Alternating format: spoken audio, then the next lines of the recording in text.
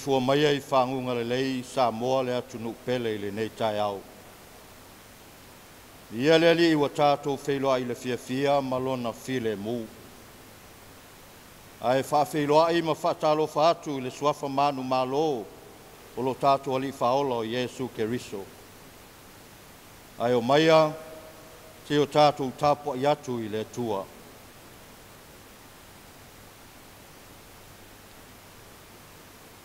O wae whaamanuia oe le li ilo atua iau mea uma e maua mai. Ma mea uma e whaia iau lima e te oli ai lava. I o tātu te talo mo le anganga pa ia. O mātou iai le tae au fou o le aso fou o e whao popo e le soifua ma lo mātou wola. O mātou o mai se i o mātou whawhitaia oe pa ngā lava lea le li ie lo mātou atua. E whaifua la mātou tāpua inga pe au noa malaua fio. Wa mātou mua i wala au ma puluna no wina lo lava nganga pa ia. Me ia fio mai e papatiso ina ma tauto'lua ina o mātou vai. Ina ia mātou whai ai le nei sauninga i le moni ma le ato atoa lava. Ina ia wha silisila na ai lovi inga. Wa mātou te talo e ala le suafa pelo Iesu Keriso. Amen. O le whaitawina o fionga pa ia alo tātou atua. Tusi filfilea mo i tātou i le nei tai au. Maua lea i le tusi a Deuteronome i lona mtau po esfulma leono. E a matal whaitau mai le fo iupo esfulma tolu. Te whangata mai le fo iupo e se fulu ma le lima. O le manatu au tū, o le whaitaunga pe ona mai le tusi whaitau aso. Wha manatu le sele selenga. Te ute nome ilo nam tau po esfuma leono, a mata whaitau mai le fo iupo esfuma le tolu, e whangata mai le fo iupo esfuma le lima. Wha fonga maia, ia fionga pa ia alo tātou atua. Ia e whaile tau saminga o whale apitanga i o naso e fitu. Pe a uma o na whaaputuina o au saito malau waina. E te oli foi i lau tau saminga. O oe, malau atalii, malau a whawhine, malau au na tane, malau au na whawhine, male salevi, male tangata ese, male wau matua, male whawhine na otira na tane o i lau ai. O aso e fitu e te whai aile tau saminga i le li i lau atua, i le mea e filifilia i le li. A wae whaamanuia oe e le li i lau atua i au mea uma e maua mai, ma mea uma e whaia i au lima, e te oli ai lava. Tātou whaamoe le nganga o le atua, ina ia whaamanino, ma wha malama atili le moni ma le ato atoa na fionga. Wa tātou whaitau ma whaalongo ia le nei tai au. Tu maupe ia te ialo na lava vi inga e o i le whaavavau. Amene. O tātou talo sanga. O le te talo o le whaafetai. Te talo o le whaatu e senga. Ma momoli atu nisi o tātou mana o i le atua. I o tātou i fō ma te talo. Le atua silisili e se, le atua pa ia, le atua mamalu, le atua e ou le mana ma le malosi umalava. O mātou iai whatasi malo atu noo i le nei tai au fōu. Se i o mātou vivi i whane e nee, whaamanu ma whawhetaia oe. e tusa maloa lofa whaasoa mai le soifua ma le ola o mātou tangata. Ua malo pule whaafetai alofa, ua malie lava lo wanga le lei. Pe ao mātou manatu o ai ea i mātou wa e manatu mai ai. Au lea ea sa mātou tali atu. Pau lava lea li ie, o le fia whaafetaia o lau a fio, ona o mea silisili, o mea mātango fie, o mea lelei, wa e whaia mata pena mō lo mātou wola, a o mātou iai le nei lalo langi le tū mau. Whaafetai le ola ma le malosi, whaafetai lo ta mau a inga whaasoa mai, walo mātou wola i le tino, whaafetai mo mea silisili wa e fuai, e sanga whaatupu ina i pea lo mātou fia e au auna ma tautua mo oe. Whaafetai anga waa ma tāleni wa e fōmai mai o mātou tangata. Whaafetai le poto ma le ata mai, mātou te whaasoa soa te tau ai o mātou tiute ma o mātou walawina. Whaafetai au a fionga pa ia, o lo tapa sai nai i mātou, a o mātou iai whaingatā ma whitao le ola nei. O awa fionga e a i e whaatonu ai i mātou i le amia tonu. Whaafetai lo nganga pa ia, e tu umumusu ma whamanatu mai ai pea le mea e ao, o no mātou whaia, ia tusa ma lou lava whina ngalo pa ia. Ai sili lava i o mātou loto le nganga o le whaafetai, ona o lo walofa whaalia e ala ia Yesu ke riso lo walo, a o lo mātou whaola. I lona soifua na ofo ato mai, ina ia lavea i matoe avatu i mātou i le mātanga māwhanawhana malaua fio. Pe a whai mātou te talia o ia i le nganga o le salamo, ma le whaatuatua whamaone i a te ia. Ia tu maula ia le vi inga, le whaanetanga, le whaamanu, ma le whaafetai laua fio. E o lava i le whaavavau. I oe le ali ie. O le ale tele, o le whaafetai, e le tai o na lava, e tusa ma loa lofa tele mai. E pangā lea le ali ie, le atua, wana o na mātou tau lau pa ia ma lau silisili ese.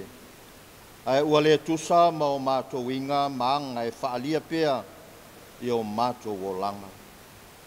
O lea le ali ie le atua, liu walo maia o fufonga alofa, ma o fufonga malamalama, i le whaasifonga lau whanau o loa tunuu. Ua se, ua anga sala i mātou i lo tātou vāwhea ngai ai. A ua taua i mātou o lau whanau kerisiano, a ua le tusa ma la mātou whaatinonga, a o lo sila o fufonga. Lea li ie, ua whaipea o mātou loto, ai ua whaatua na i lo alofa, le tuae, o a mea ua mātou whaia i le tusa ma lo finangalo, o anga sala ua lilo, o anga sala ua whaalia, ai maise ua mātou solia ua fionga mautu la fono pa ia, le tuae se e alofa, whaamama mai, ma whaamangalo i mātou, e ala i le maliu, ma le toi soifua manu malo lo mātou ali i whaola. Ai ua mātou o atu ma le anganga maua lalo lava, le atua whaafufonga te tāloe, o oe lava e mali ai o mātou manao i melelei, ai maise o le whaafowina lo mātou tau le lea e whaapei o le ali a eto. Ua e sila fia, o lau whanau, o lo atu nuu o tangata e fia whai manuia. A lofa whamanuia lo atu nuu atoa, a fua mai se matua se ia o lava i se tā matama. Whamanuia le malo ma ona taitai, ia lato whaatino e tusa ma lo fina ngalo alofa. Whamanuia whai ngā nuu, ia tangia ai lo manatu mai lo lato soifua. Whamanuia i lato o lo anga le lei mai mo Samoa. Whamanuia au auna, o lo lato no manu a wasa moa mauna tangata.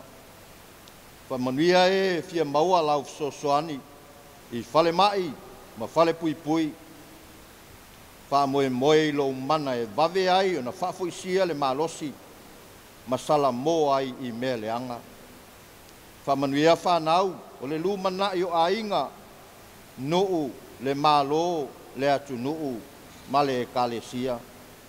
Ia ola ma tatau I lau fio.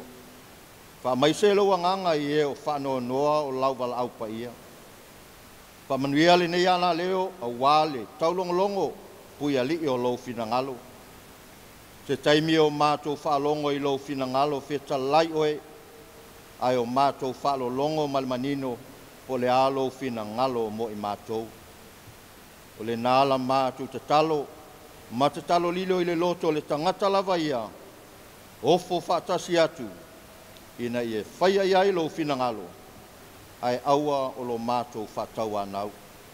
E ala lava ia Yesu la mātou talo ua ole ma wala aua tuai nei. Amen. Tātou vivi atu ma pese I le pese o saunia, o le vi inga o saunia.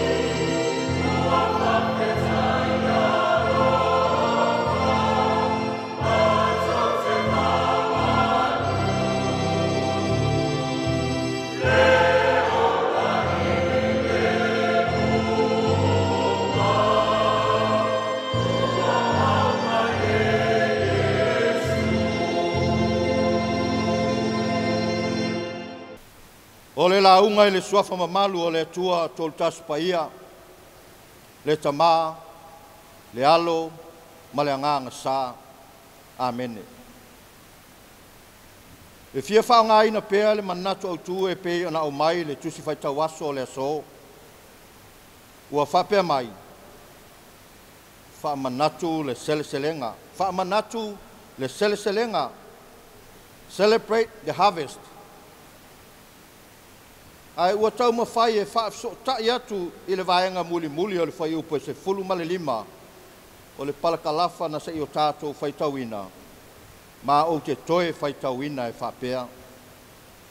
A wā e whaamanuia oe le ali ilo watua I au mea uma e maua mai.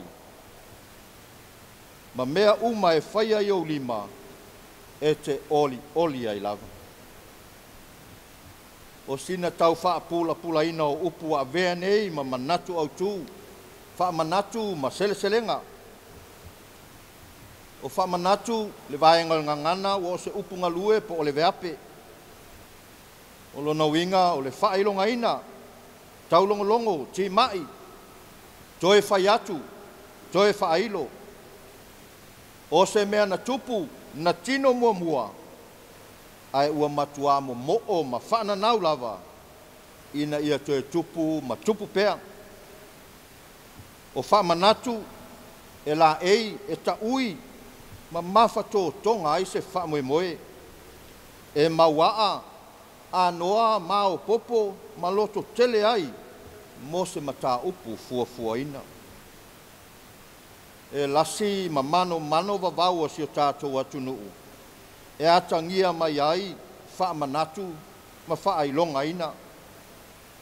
Mai ngangana ma taulangi ma langi pea I taimi ma aso uma. Le lewa e ni wali ai ona o mea onga tā ua na tutupu mai ai.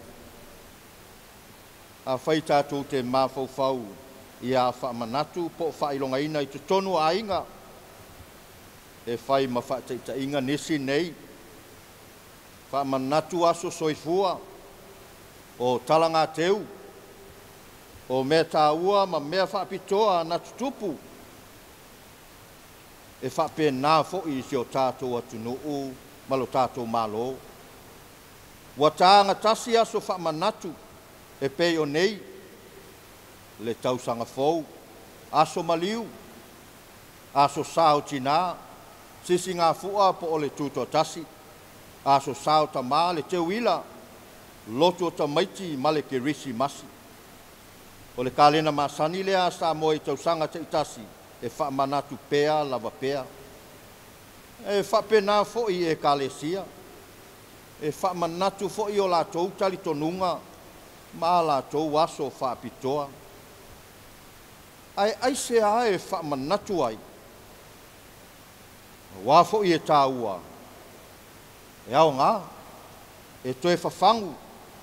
E tō matau masanga ta iala ina aile soifua ma le ola.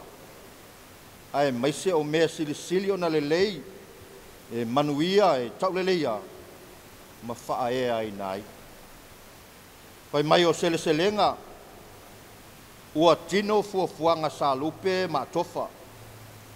Wo oi le taimi e lau sa saa ma tau alunga ai se ngaluenga sa tau pule, ma fua ina lelei. O sele-selenga, e afua mai, ina sa lotolotoi ai le fia fai mea sili, ma le alofa. O sele-selenga, o mea sa wha polo ma tapue. Wha sao ma tausi, to tō ina ma wha susu ina. A puti ma wha anga. Teu ma tuli matai. Wha pele ma matai tu, wa aia ma leo ina lelei. Ua se taifofonga I lau whaafofonga Samoa, saunoanga ma whetalainga, o le fua e te lulu, e te toe sele. O le luilu maloi mata, e sele ma le fia. O so se sele-selenga lava, e ei lava lona afuanga ma lona amatanga. A le leia fua, e manuia ma le lei sele-selenga. Ai a whale tonu le afuanga, talo fai, e tangi le mafau. O lona winga la, e tau ma whaailoa mai e sele-selenga, pena whape I lona afuanga, pe le lei, pe le anga. E te leitu a inga wa e silafia ma o iloa o sele-selenga. E pei o lau ngā tongi I whai unga o tausanga. Whai unga o se tausinionga, ni taalonga, a ni tauvanga ese. Whaalinga o lua I fua o whatoanga, o lafu manu ma whainga whaiva. E pei o na whaatino I nei o na pō. Whaapale ina I suafa matai. au sia tulanga maululunga o suenga ma saililinga e ala I whailonga tike ri wa au sia. Ai e se au ngā o seleselenga. I oe, e sanga lu I tau ina aile soifua ma le ola mō mea sili sili. Ta te tau sisi aile mō le ala, ma lona ala fua. E ave ai oe mau, ma pine wha mau, ma o langi soifua, ma I lea tupulanga, I lea tupulanga. A o ani langona e tutupu, pe a tino seleselenga. Fia fia, oli oli, wha ngai tia, wha ea ina ma wha pale ina. I oe, le ano fale ma le ano liu lea o wha manatu ma seleselenga. Ona e a fua mai le loto e alofa, o le anga le atua, o le alofa. Ai le tusi na o tātou whaitau ina nei, o loo wha autu ina le palaka lafa e whapea. Tau sa minga o whale tā whai o whale apitanga. Feast of Tabernacles. O loo manino le lei mai ai whaatonunga ma au lape. E ao o na tausisia. Usita ia ma whaia. E lima taita ina ai se whaamoe moe. Le taunu unga e o iai pe a whai e whaalongo. Usitai ma whai. A lea wa au mai manino lona taunu unga whai mai. Au wae whaamanuia oe lea li ilo watua i au mea uma e maua mai. Ma mea uma e whaia i o lima. E te oli oli ai lava. Oka. Matua manaia. Amu ia se na te maua. Le taunu unga o le seleselenga. E moli mau mai fo ile e soto e ala I ulua I fua o au aluenga na e to to ina. Ai ngana fo ile fio ngā le li I a Mose. Le tusia Levitiko. O lea lava le ala fua wa ia toe wha manatu mai. E ao na tātou Sava Valley. Whaia maolai. Ai ua sanga tape leni maafi fi wha mausali mai. Ele tusi lava te Deuteronome. Ona e oli oli ai lea I mea u foina mai e lea tua. Ai maise pe a uma ona watu o mea se fulua I mea ua ia te oe mole ali. I oe te le o le ata fo I lea ma tai o I saunuanga wha ta oto. Ale li o Yesu I le matai maana au auna. Ina ua ola wha tasi le saito ma le titania. Ua nanau au auna I le fia vele se ina o le titania. Ai whai mai le matai. Tu uia. Ia tupu lua pea se ia o I le seleselenga. A selesele ina. I outou mua I wha poto poto mai le titania. Mautou fusia I fusi e susunu ai. A o le saito. Tau te whaaputu ina lea I lou whale saito. Samo ae ma lau whaafufonga. Le tali manino lea o seleselenga o loo tai ai nei. O le upumoni.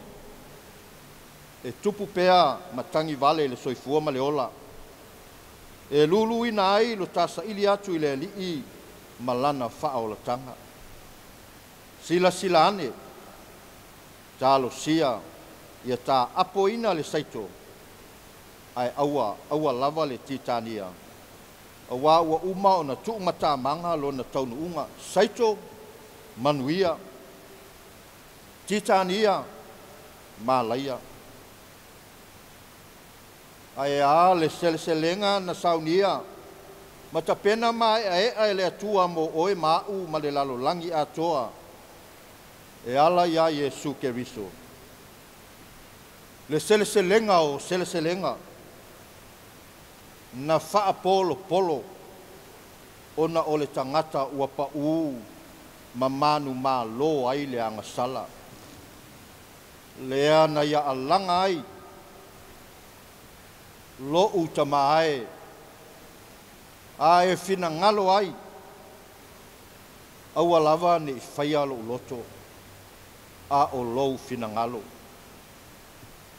ua taunuu ua fai le nei mo oe le whamanatu sili lea mo oe mau mai tato uma a o le asa ta tali atu i lea selselenga whamata tate mawhaia tate maua tate ngā whatia pau ao lea ia tā soifua maola matau mawhaia le finangalo pa ia o le atua tā whaalongo loa ta lia nei usi tai mawhai tā te sele ai fia oli whaeaina ma whaamanianga atu lasi mai le atua e tawhia pale tawhia ula tawhia titi lea selenga samo ai a vea nei i tā ua o ni selenga e fia sila mai ai ma o loo whaatali mai ai le atua ona o Yesu. Amen.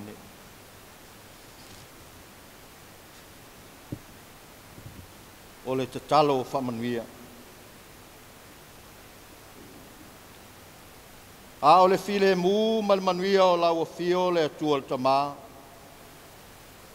Le alofa silsile so Yesu ke riso.